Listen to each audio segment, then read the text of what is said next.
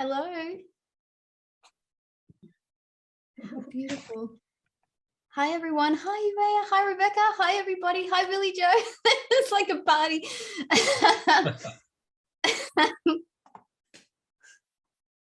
Hi. Welcome. Welcome, welcome, welcome. Thank you so much for being here. I'm excited to see everybody. And I want to say that this is going to be recorded for people who can't attend. So if that affects your decision about whether you want your video on or off, then that's up to you. But I love seeing all these faces. And so I want to say that we're calling in from different parts of the world.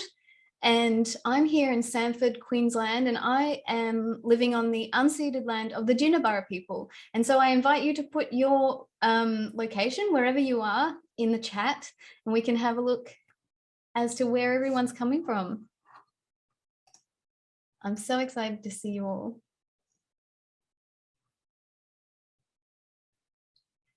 Wow, look. Melinda, do you want to read some? I can't read that fast. You're muted, darling. Oh, whoops. We've got folks from Montana, Arizona, Indiana, Texas, more Arizona, Delaware, Boston, here in California, Gilroy, New Mexico, Virginia, Michigan. We're spanning all across the United States. We've got Maria in Costa Rica, New Zealand. Hi, Minnesota. Yep, New Mexico, Las Vegas, San Diego, Georgia, New Hampshire, Washington, San Francisco, Colorado, New York, Melbourne, San Diego, a couple from Melbourne, all over across into Canada, Missouri, New York, Toronto, Victoria, BC. Sorry if I missed any of your cities or states. We're from all over: Virginia, New York, Missouri, Maryland, Pennsylvania, Oregon, Maine, New Zealand. Oh my goodness. Welcome, welcome, welcome, everyone. Yep. Thank you so much for being here. Thank you, Melinda. That was good speed reading. I am so excited about the beginning of International Nature Journaling Week 2022. Thank you so much for being here. I have so much feeling about this community. We are a powerhouse. There's so much knowledge here. There's so much joy and so much nature connection and so many things to share. So today I want to have a little appreciation party. So I'm going to tell you a little about the themes for this year, and then I'm going to show you a beautiful video of people from all around the world talking about what they appreciate in nature. So the theme for this year is back to basics, and we chose this theme because maybe you're feeling it. The world is completely spinning. Everyone's got things coming at them. Life feels really complicated and hard sometimes, and we want to just keep things simple. So we're going back to basics this year, and each day we're going to have a theme that sort of comes under that umbrella. So the themes are going to be appreciation, sharing, creativity, inspiration, confidence, care, and celebration. And each of these things represents one of the values that we have as a nature journal community, one of the things we want to foster and grow. And today, it's all about appreciation. So appreciation, we're talking about things that are close to home because we're going back to basics. We want to get the idea across that this can be so simple. You can step outside, out the front door, and see wondrous things, or you can even find them in your home. So today we're going to be appreciating things that are close to home. I'm going to show you this beautiful video, and then we are going to hear from some journalers who have been appreciating things around them. So I'm going to share my screen and I'm going to show you this video. Let me know if it works, Melinda. Okay.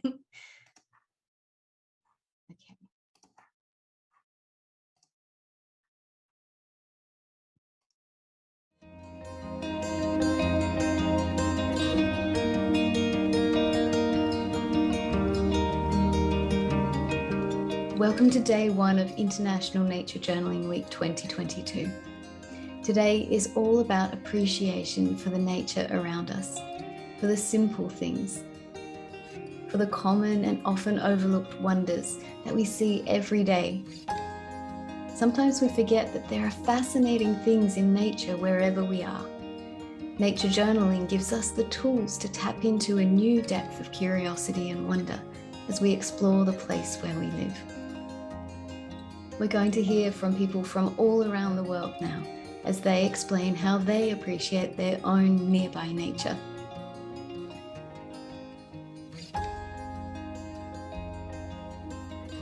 Hi there, I'm John Muir-Laws. I wanted to make a video for you about finding beauty, about a little exercise that I often do called the beauty break. And all it really entails is wherever you are, lifting up your eyes with the expectation that before you is a moment of sublime beauty. And your job is to find it. And this can be done anywhere. This can be done in the middle of the busiest city. All you need is just the common, ordinary objects around you. And your challenge is to look at them in a way that you see the beauty inside it. And that's what you're going to celebrate on the pages of your journal. So when I was doing this, I thought to myself, okay, I'm going to go outside and I'm going to find this. Before I do that, I'd better shave so I look presentable for you. And as I was there shaving, I turned around and the sun was streaming through the window and it struck this little house plant behind me. And the light as it filtered through the leaves made the most beautiful yellows and marble patterns. And I realized again that, all you have to do is just to turn around. And there's beauty that is waiting for you if you have trained your eyes to see it. Now that's the challenge, isn't it? To lower the threshold of the stimulus that makes you go and gasp with amazement and joy. So your challenge is to go on a little walk and at any point you want, just say to yourself, I'm going to find the beauty right now in this place. And you look around and choose a little moment, and it helps to be as specific as you can. That is beautiful because of whatever it is. And articulate that to yourself, your journal, or the friend who's walking with you. And you're going to discover that every place you go, you are being followed by beauty. There's beauty around you every moment. Hi, I'm Karina, and today I'm going to show you something that's in my yard that I think is really neat. And it's something you might have in your area too that maybe you've never noticed before. I'm going to use a Sharpie marker and a piece of cardboard to do a blind contour of this thing. This is a tree flower, and it happens to be of a maple tree flower. Where I live in southern Ontario, Canada, the tree flowers aren't often very showy or big like a magnolia or tropical tree flowers. They're more subtle and hidden, and you might not even notice tree flowers where you live, but all trees and shrubs do have flowers. So I'll take about a minute to do my blind contour of this, and then I'll meet you back here. Okay, hi, I'm back, and here's my blind contour. And I like using blind contour because it lets you really notice and appreciate all the little details in whatever it is you're looking at. So I really love all these funny little dangles hanging out of the flower with the little doodads at the end. It's a lot of fun, and the cardboard's handy because it's easy to hold and you don't have to worry about messing it up. So I hope you'll go look for some tree flowers where you live. You can learn about the trees and shrubs around you and what time of year they flower and what their flowers might look like. We as humans don't often appreciate tree flowers, but other animals definitely do. They can rely on the flowers or the fruits and seeds that they produce for food. So go explore and have a great week. 日曜日の朝早く近所の干潟に行くことがあります。誰もいないお気に入りの場所に座って朝日に照らされている鳥たちを見るととても穏やかな気持ちになります。鳥たちは餌を探して食べたり、水浴びをしたり、水を飲んだり、羽を繕ったりしています。時々喧嘩もするし、トビが上空を通過すると緊張が走ることもありますが、ここには慌ただしさや不安や苛立ち、憎しみや憎悪などの感覚はありません。今年も夏鳥のコチドリが渡ってきました。多くの場所からこの日、この時間、この干潟を選んできてくれた偶然をどう喜べばいいのでしょう。私が平日忙しく働いているその同じ瞬間、コチドリは水浴びをして羽を繕い、片足をトントンして餌を探していると思うと嬉しくなって笑ってしまいます。自然の生き物は何か生産したり何か成し遂げたりはしないけど、終わりのない旅を自分も彼らと一緒にしているのだと感じられるようになりました。1週間に1日でも自然と共に過ごす時間を持つことで気持ちにゆとりができたように思います。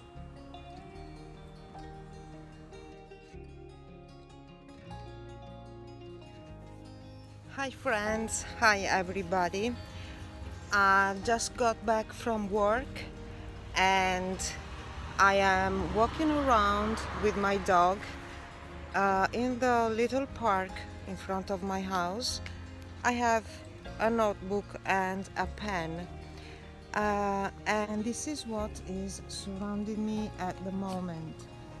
We don't need any special place to go if we don't have the time, but we must appreciate the little things that we can find in nature, such as leaves. These are gorgeous, or these little purple flowers, or this, which is right next to the sidewalk. Look, isn't it amazing? You just need a sketchbook and a pen to record what happens in nature.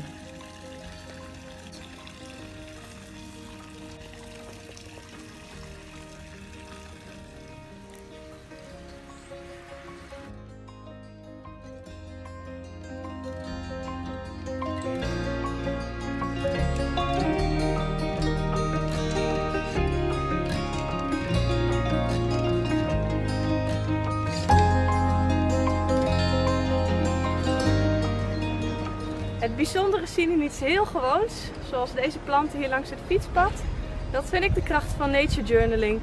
Als je gaat tekenen en heel goed kijkt, dan zie je het bijzondere verhaal van zo'n plantje. En als je dat eenmaal kent, dan ga je het enorm waarderen. My name is Sabine and you want to nature channel right now, but the weather is bad or it's in the middle of the night and you can't really go outside to nature channel, but you might be lucky because you could have a piece of nature in your home, a house plant. And house plants are a wonderful subject to nature channel because they are at your place at home where it's comfy, you have every supply you need, and you just can then plop them on your table and start sketching and look closely and appreciate them with new eyes, how they grow, how they change, especially if they are fast growers. You can journal them weekly or monthly and document all the new leaves they make within a short time, or well, if they're slow growers like a Sansevieria, maybe just once a year or twice a year, so they grow, but you don't really see it because it's so slow. But when you journal them, you actually see that change.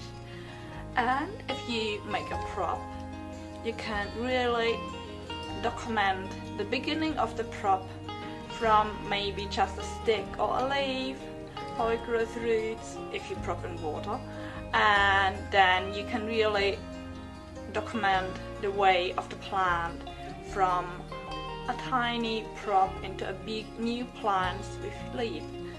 So yeah, maybe give journaling with houseplants a try and appreciate them, give them more love, learn something new and enjoy them more in your home. People sometimes wonder why I, a very nature-loving person, enjoys living in the big and sometimes very noisy city of Berlin so much. It's because there is so much beauty and wonder, but sometimes it gets overlooked and you need to learn to see them again with your whole heart. Nature journaling is my way of doing that, and to reconnect to these hidden worlds and wild places just between the old panel buildings and dusty streets. The moment I sit down beside a common duck or pigeon or dandelion to journal, I show my love and appreciation for it. Just being there like me, living in this big city, doing pigeon things.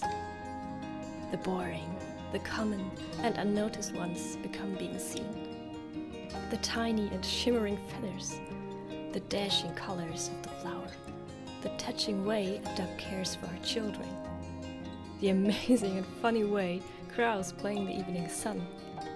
And so, through my nature journal, I feel a sense of place and belonging. I feel at home in this wonderful and wild city. We hope you'll look again at the simple and common parts of nature near you and see if you can feel appreciation for the beauty of a houseplant or a spider in the corner of the bathroom. Enjoy today and appreciate this moment.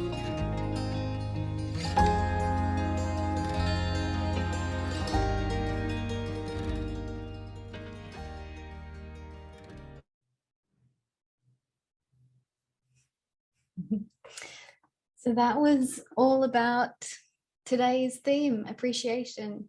I hope that you enjoyed seeing some people from around the world talking about what they love, what they see around them.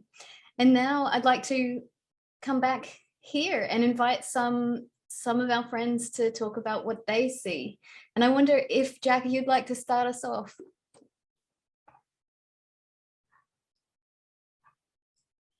Sure.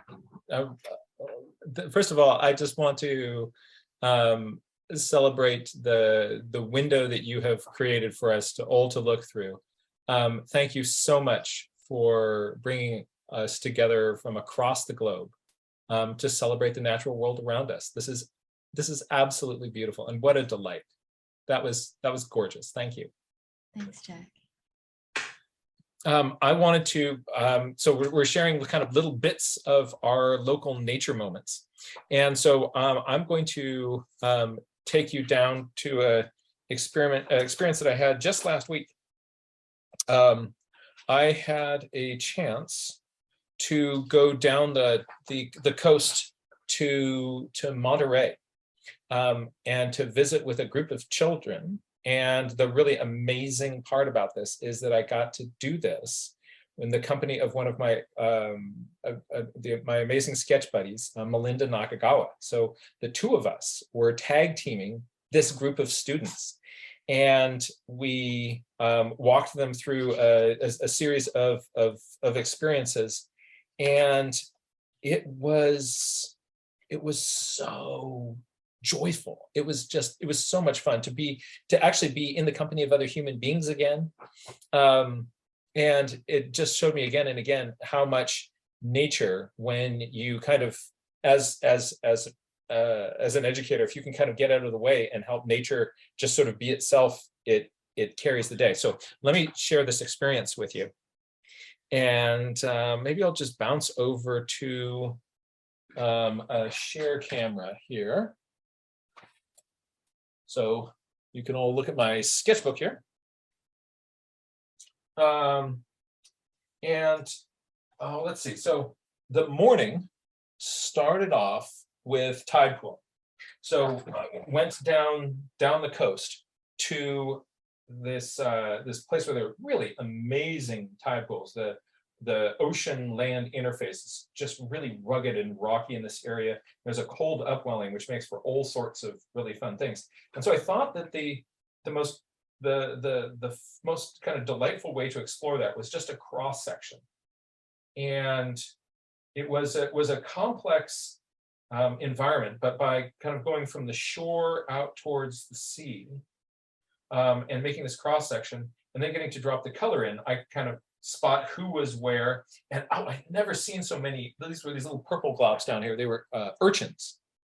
So this was kind of a fun way of recording things, especially when there's interesting things kind of going on as you kind of get a change this way, as you go from land to sea, but also this way, the tides are rising, falling, makes for this really dynamic zone.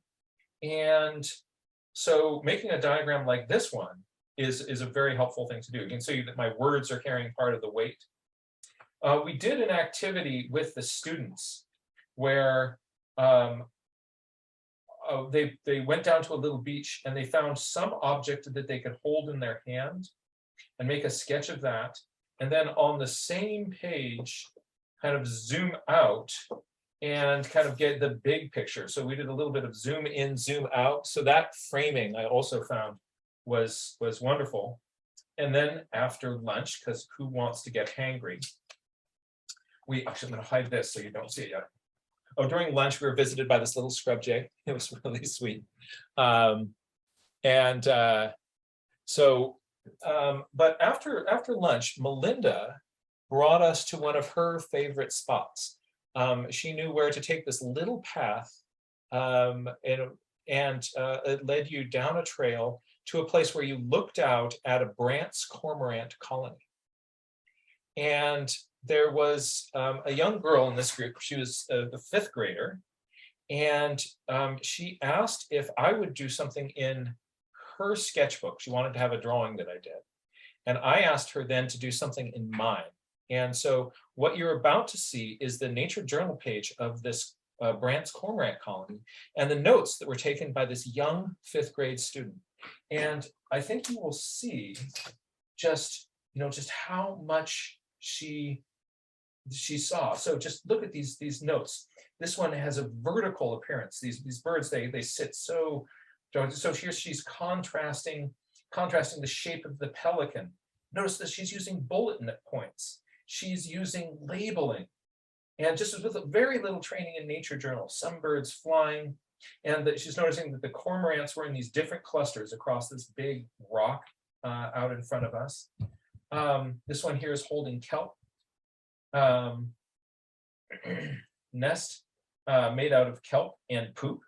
Right, so this one here sitting on this nest out of kelp and poop. I just thought there's so much that little Skylar saw so much on this day. And for me, being able to then to see this place through the eyes of someone else, of young Skylar, just reminds me of just how much is there. Look at this, isn't this interesting? So the cormorants were in groups, and then there's some gulls around the edges of the colony, and a bunch of them were loners. And she's sort of wondering, like, why is this one by itself? I mean, there's so much going on here, asking questions, making observations, labeling things. I thought that this was a wonderful little slice of the California coast, and also just wanted to send a shout out to my dear friend Melinda for facilitating this experience for all of those kids. And that is my little piece of the California coast. That's amazing, Jack. Thank you so much for sharing that. I love that you collaborated with your student friend and now have a little piece of each other's mind and heart on your page forever. That's amazing. It is. It's also really fun that just by doing that, the two of us, like we really bonded. We were solid. Yeah. And it just made me think of kind of the role of sharing in building relationships and building community, which is a lot of what you're doing for us this week. So thank you. Thank you, Jack. Well, in fact, tomorrow's theme is sharing. So we're going to talk more about that, and it's going to be more of these videos of people from around the world talking and sharing their ideas.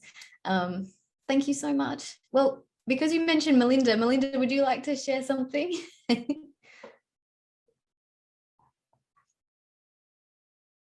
Oh, I'm muted. Sorry. Yes.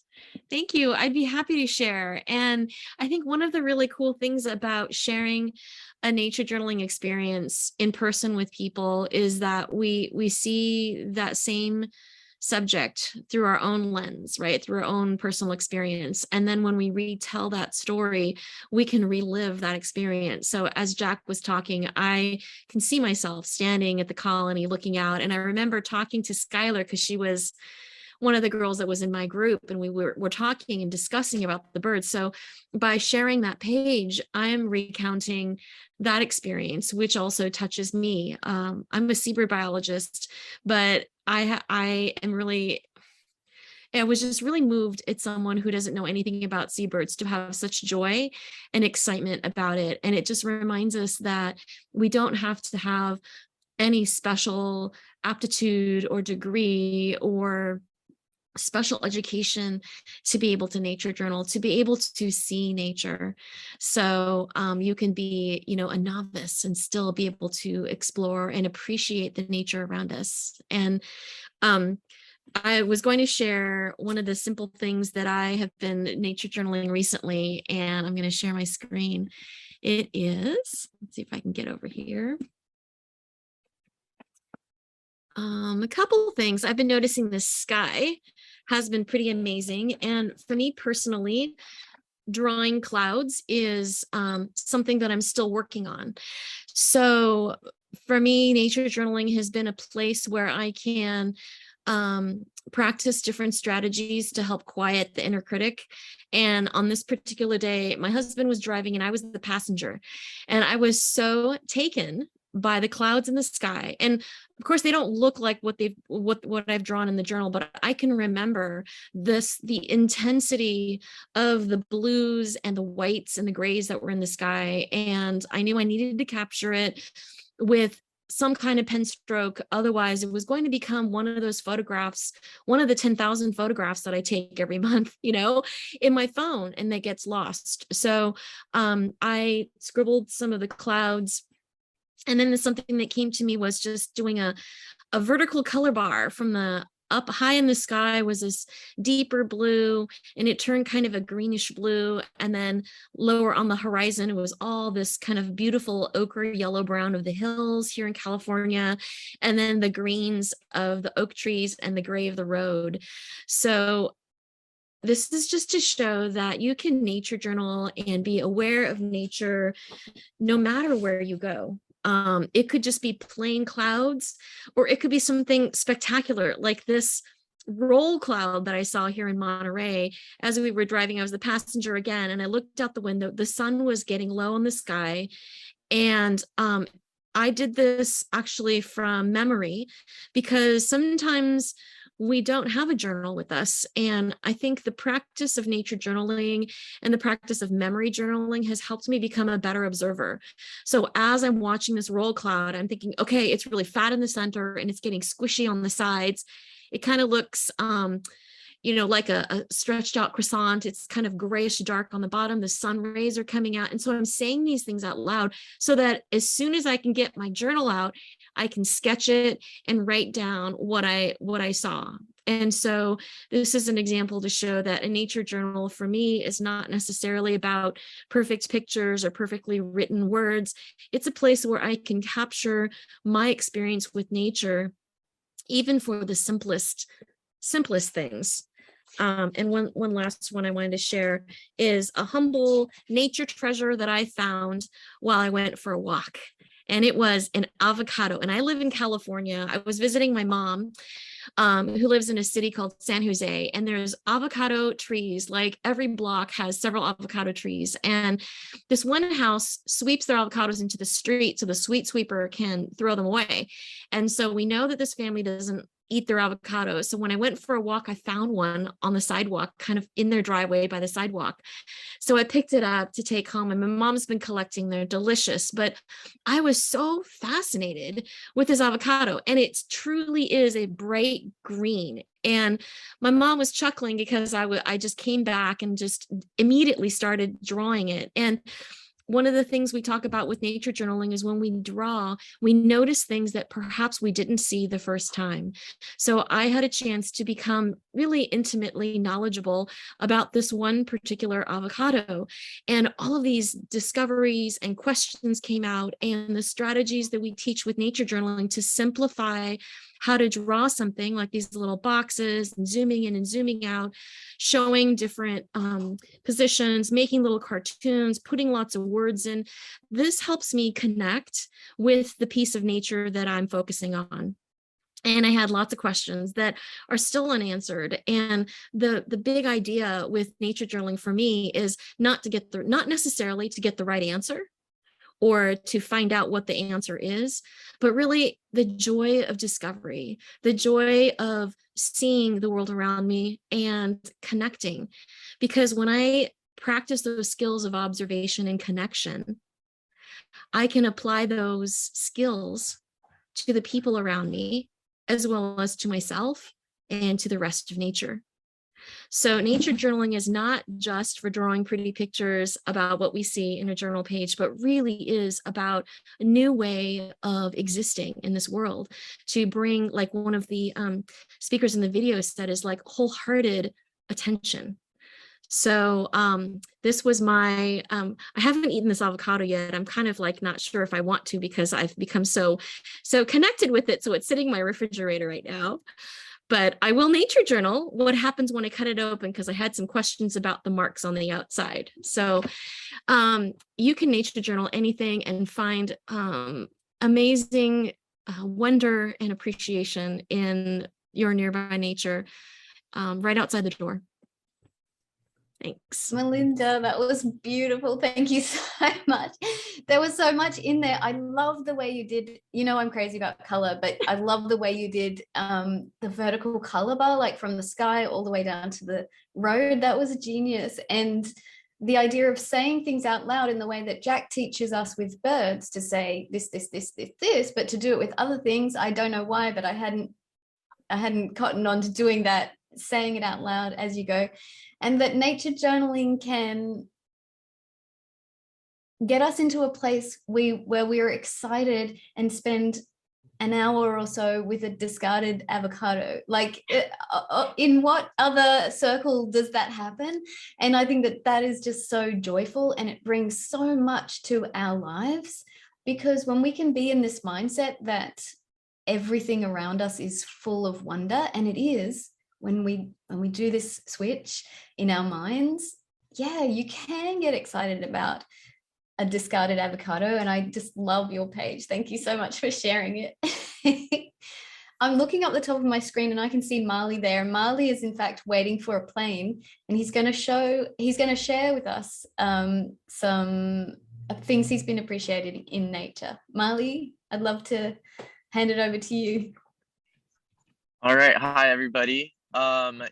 Listening to Melinda's was awesome, and I've definitely geeked out on those avocados as well and seen some similar patterns. Another thing that I've found you can apply nature journaling to is food. So sometimes people think that nature journaling is a topic, is defined by a topic, and that brings up how we define nature. And you are part of nature, and there's a lot of nature happening in your kitchen right now. So I recently applied a nature journaling perspective to a cooking process that a friend was doing. And nature journaling recipes is something that I've been really excited about lately. And I could have just hung out and drank beer and enjoyed the recipe with everybody else.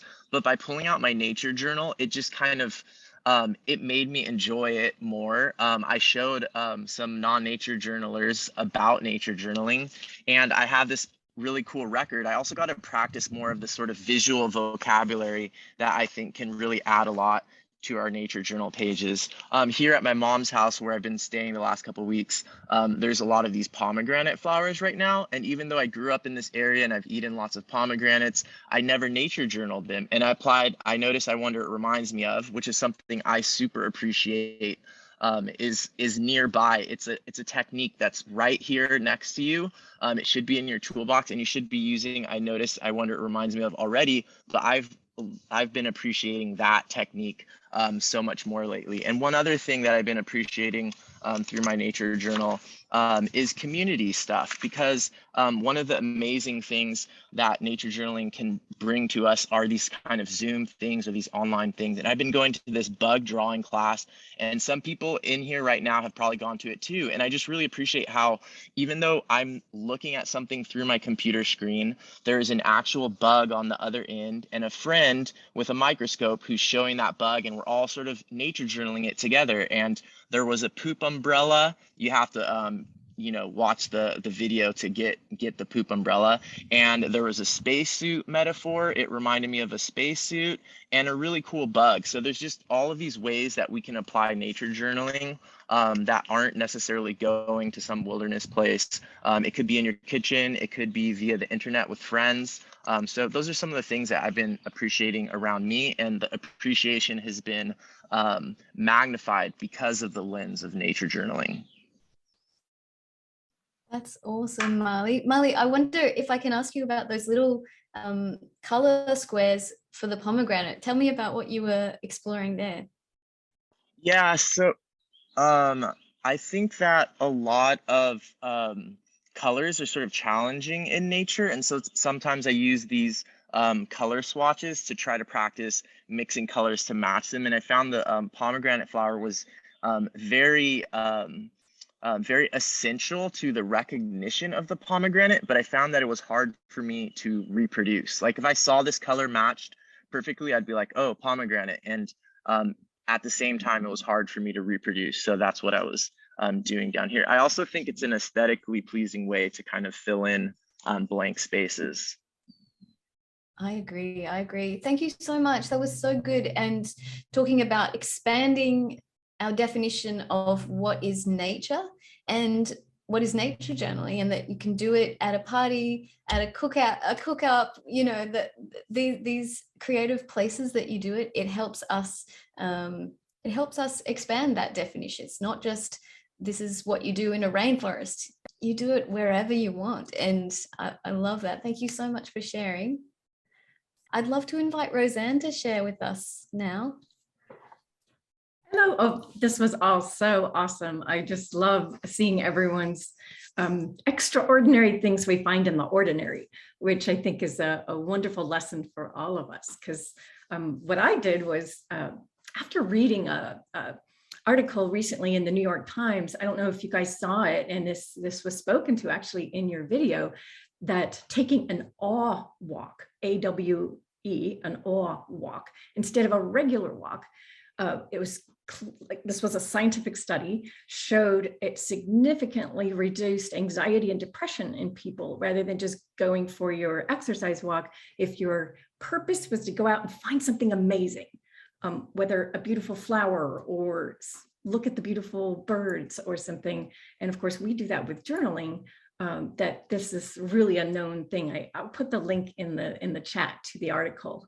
But what I did after that was I went out in my backyard to try to see, well, what can I find just in my backyard, something ordinary that surprised me and made me have some awe. So let me share my notebook here. All right, come on, focus. So I'm not going to show all of the page right away because I want to describe kind of what what I saw. What I saw was my little mesquite tree. And a mesquite tree in Arizona is like, it's one of the most common trees. They can be really scrubby or big trees, and it's actually now a pest. You've got them in Australia, Beth, and it's like the world's #1 invasive species. So everybody tends to dislike mesquites. And normally this is what they look like, with maybe a 1.5 centimeter thorns. But what I noticed was a few weeks, or about a month ago, I pruned the mesquite tree, this little scraggly mesquite tree guy. And in a month, boom, it had grown huge thorns, like 5 centimeters long. And I thought, holy cow, what? And doing some research, I realized many people believe, it's not absolutely proven, that mesquite trees evolved in the Pleistocene, and megafauna like mastodons, mammoths, fed on them.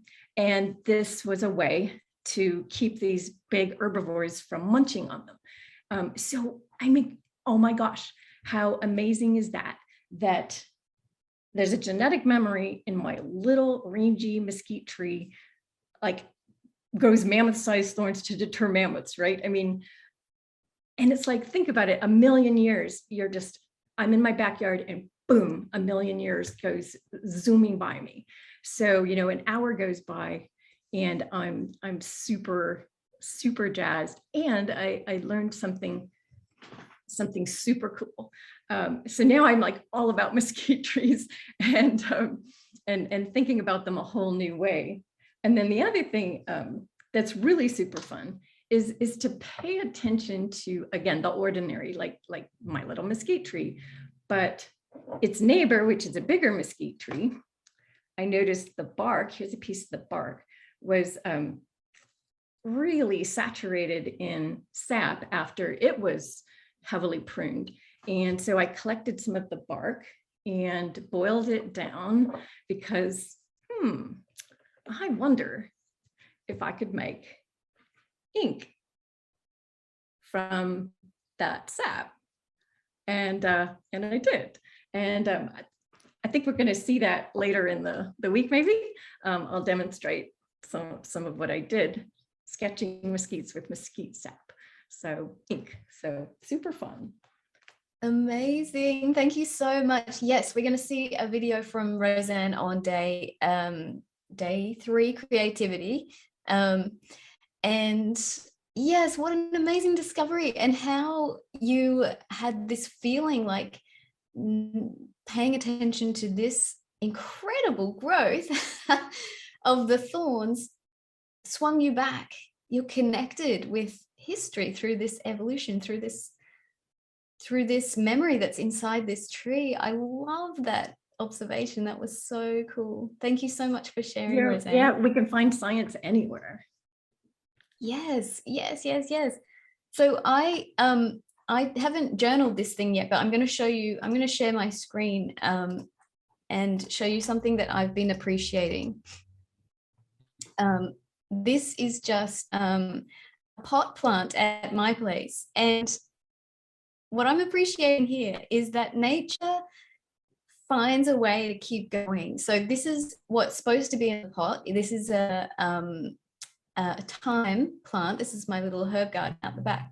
Look here who's grown up. This is 2 basil seedlings that have just sprung up. And this is a tomato plant that's seeded itself.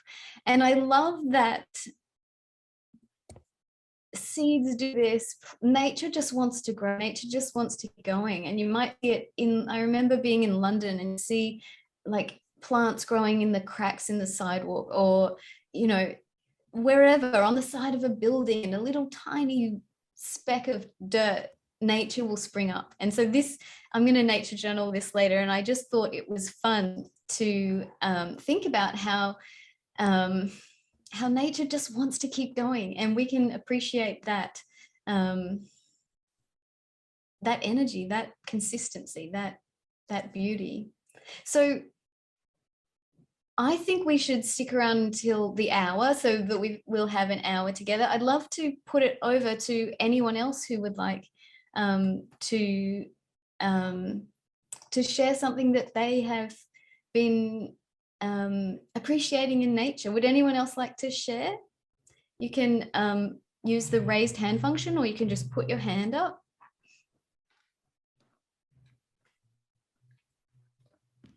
We've got Susan Forsberg, Bethan. Hi, Susan. Go ahead and unmute yourself. Hi.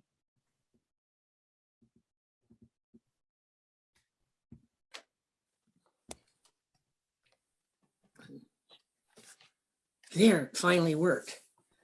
So like everybody else, I went out my back door to get some little flower bits and a blade of grass. And I did the buttercups. And I had it in a vase, and I'll show you the vase of my goodies. And this is the vase of goodies. And there was a blade of grass. And the next morning, when I came downstairs, my blade of grass had flowered. And there's you can see the flowers. And I had never seen these flower. I'd never seen a blade of grass flower like that. And that was my special surprise in the morning when I came back into my studio.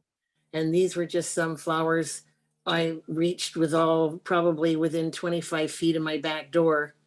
And I wanted to nature journal those in getting ready for today. I didn't know I'd get a chance to share, but then I did the blade of grass as well as the buttercup. So I'm looking forward to more. This morning I was, my husband and I were going to a painting group that my girlfriend does. And when I looked out at the ocean, it's super low tide, a super low tide. So while we were at the painting group, I did this. This is a really tiny little painting. It's maybe 5 inches by 1.5 inches. I just did low tide and just noticed how, you know, all the rocks and the sand and the reflected water from the sky reflecting in the water in between the rocks and the sand.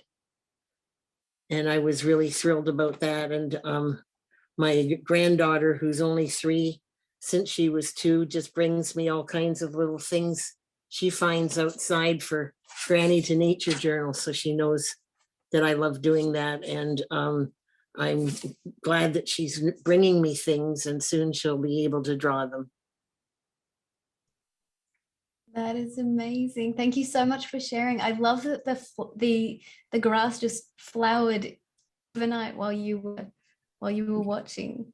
It That's was such a amazing. surprise. It was a total surprise. I just came down and here's all these little yellow dangly things hanging out of the grass. And it was just like, wow. And how simple a little blade of grass is, something that most people in the world would just walk right past. But because you have this mindset, you noticed it, and it brought you joy, and it surprised you. Well, in April of 2000, I wrote "Blade of Grass Flowing Still, Caring Not." Not a total haiku verse because it doesn't have the 17 syllables, but then who cares? I wrote the verse.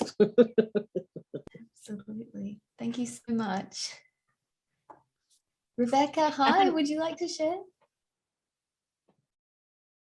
I haven't journaled these yet, but I have a couple things I want to share. A couple days ago, we had the first fireflies of the season, which I'm very excited about, and I feel extremely thankful to live in a part of the world where there are fireflies, and they're just laying up all around the backyard as it's getting dark outside. And then another thing is I was sitting on a little pathway in the backyard and watching also the buttercups and the grasses and like the little insects, and I noticed an ant, but then I realized, wait a second, I think this is not really an ant because I've never seen an ant that looks like that before. So I kind of picked it up and it was crawling around in my hands and I was trying to get a closer look and I was like, I think this is actually a spider that's mimicking an ant, but it was moving so quickly I could barely tell if it was really an ant or not. And I only knew for sure when it started dangling off of my hand on a little piece of little string of a web. And so ants have 3 body segments, but spiders only have 2.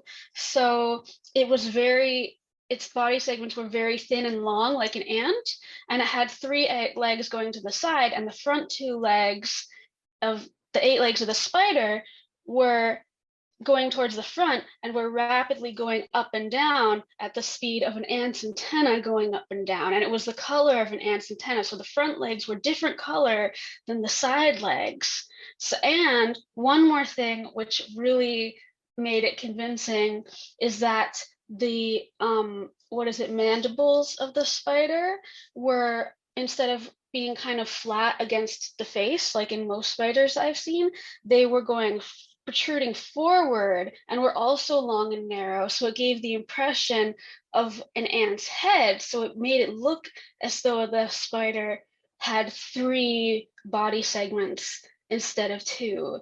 So that's something completely surprising and new that I saw literally about 10 feet out of my back door.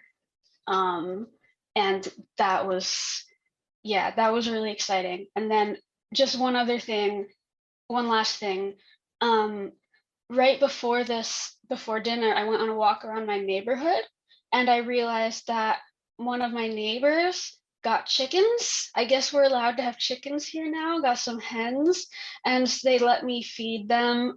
First, I was just feeding them a bunch of little plants from the ground, and then they let me feed them some bread and some mealworms. And they said you can come back anytime, so I definitely will. I feel like I could just watch them for hours because I don't usually get to see chickens in the suburbs.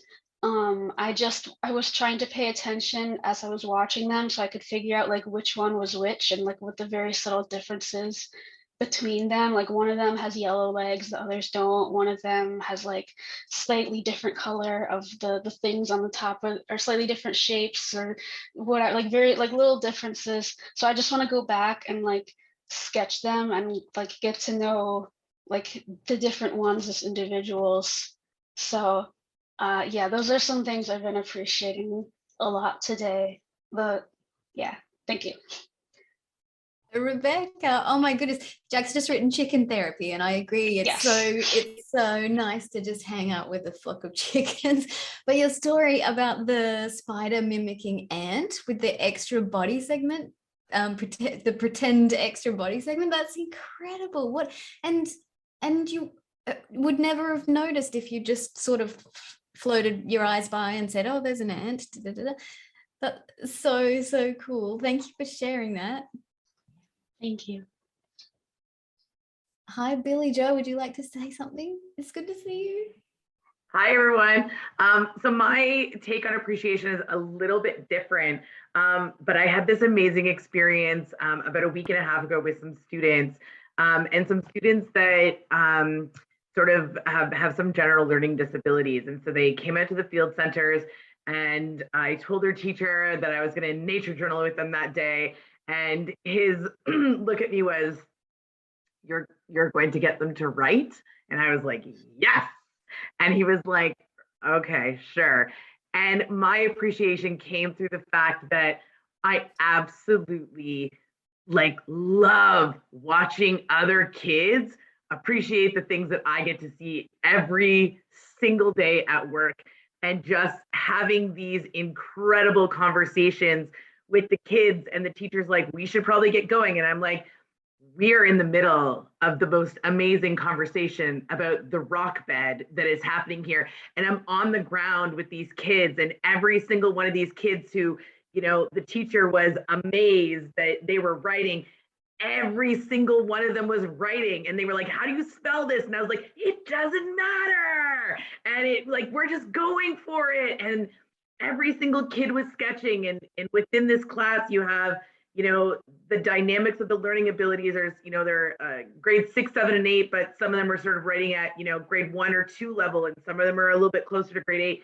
And so I just like let them go, and we were able to take them, I was able to take them down to a waterfall that we have on the property, and just watching them just like freak out that they walked down this huge cliff and then they got to sit, you know, by the water. And I stole this idea from Kate, who is in our Nature Journal Educator Forum on Wednesdays, and she calls it the Magic 8. And that was just getting the students to create, you know, these simple 8 shapes and then having them prompt into it. And so everyone just sat by the waterfall and sketched what they sort of interpreted as what was going on in the waterfall, and being able to really just sort of have these amazing conversations. And the best part of it was we're walking back to the bus, and this kid said to me, because I said, you know, it's not about a pretty picture, don't get, you know, worried and stressed out about that. And he walked back and he looked at me and he goes, you know what? I think my pictures turned out pretty great today. And I was like, yeah. I was like, that's called pencil miles. So shout out to Avea. And I was like, he was like, what does that mean? And I was like, that's what we call it in the nature journaling world, is when you get pencils onto paper, like more often than not. And he was like, yeah, I'm going to keep this up. And I just, so to me, like appreciation can come in all these different ways, but just geeking out with kids and just watching them sort of blossom throughout the experience of these kids who, you know, don't normally write and don't normally draw pictures, just immersed in their journals for the day, was such an amazing experience. So I just wanted to share that moment of appreciation.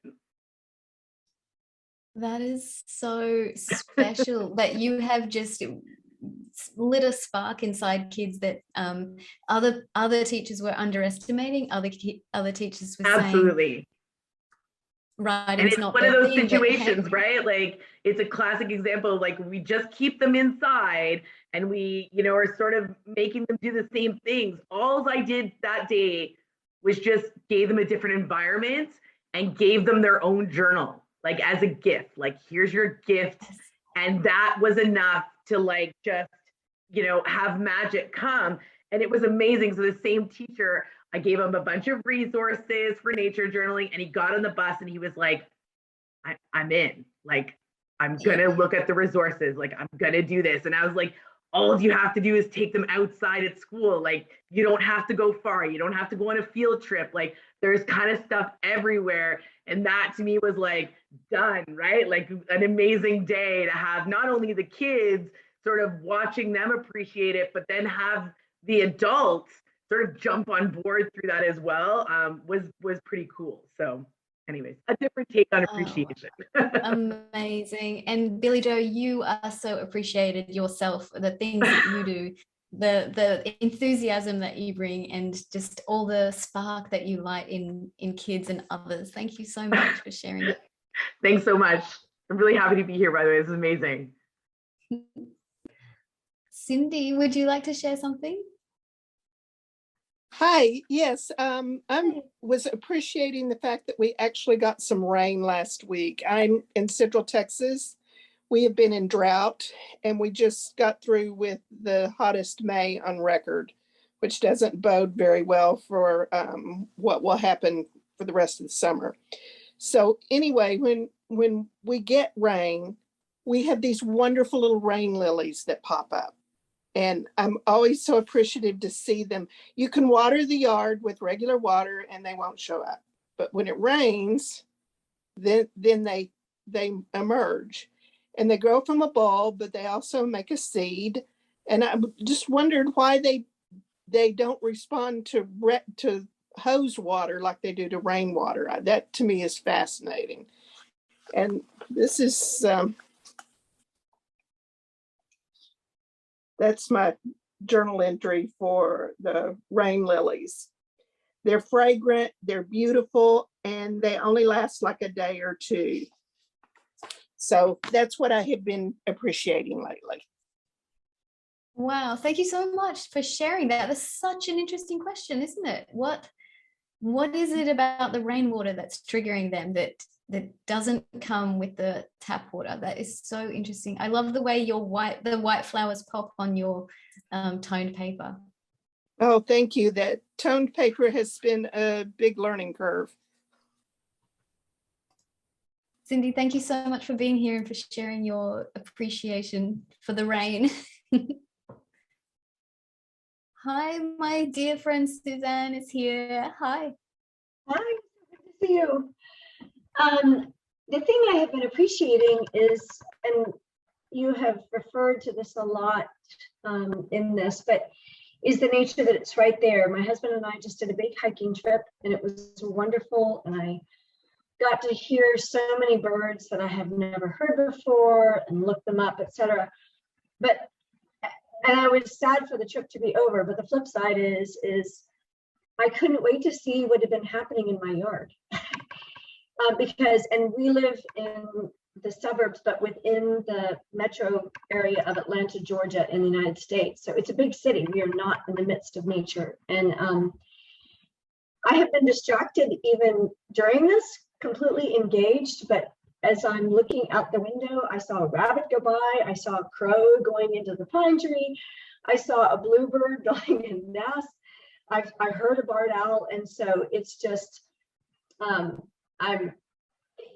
it's just a deep appreciation. And though I absolutely love to explore and see new things, there's still so much right here, and it just, the curiosity, anyway, I can't get over that either. So that is so special to have taken a big trip and to come home and realize it's all here. It's all close to us. And all those things you just saw out the window as we were sitting here, it's an amazing reminder to be here, to appreciate. Yeah. Thank you so much. Yeah, you're welcome. The other very short thing is last week I had the opportunity to speak with some first graders and their parents about nature journaling. And I received a note from one of the parents whom I did not know. I didn't know any of these kids. And to hear the parent say now her child, Noah, was going out and wanting to identify plants in the neighborhood, and they were going to learn about it this summer, how delightful. So that was really, really fun. Yes. Don't you think it's like a spark that jumps from one person to the other, and that little spark in you has jumped to that child? Amazing. Thank you so much for being here, Suzanne. Thank you. Well, thank you so much, everyone, for being here and for this community. It's very, very very welcome. It's very, very nourishing, and I'm excited for this week. So here, hasn't even started for many of you in the north, but for me it's the first day of International Nature Journaling Week, and there's so much coming up. So we're going to have a video like you just saw, but for each of the themes, and they're going to be on the website. I'm going to put in the chat the website again. Melinda, maybe you can do that for me. Thank you. Yeah, so thank you. So keep an eye on the chat, keep an eye on the website. There's going to be so much happening. There's going to be both pre-recorded and live events. We're keeping it more simple than last year. Last year was kind of full on and maybe a bit overwhelming, so we're keeping it a bit more simple than that. Yeah, I don't know what else to say. I just am filled with gratitude for this community and what's happening here, and it does really feel like a spark that's just inside each of us, and that spark united can do some powerful things. So yeah, I'm grateful for you being here, and that's it. If there's any last burning things that anyone would like to say, please do let me know. Otherwise, we'll just go out and do it. Nature journal it up this week. Thank you, everyone. Thank you, Melinda, Bernadette. did you want to say anything? No, I'm good. We'll see you all later this week. check the program's timing, because Bethan, I think, put it up there. It depends on where the speaker's time zone is. So some of them are going to be in the middle of the night for some of us. And I love how we're rotating that around this year. So we get a really full sense of the international nature of this event. So just check the schedule. We'll see you later. Yes, some of the events are going to be sort of focused on a different time zone that North America, South America won't be awake for, but everything will be recorded and then put up online. And also I'm working hard to get everything closed captioned, because I think that's really important for accessibility. And yeah, thank you, everyone. Thanks, everybody. I'm a newbie. This has been fun. Hi. Hi, Ramona. Welcome. Good to see you. See you later.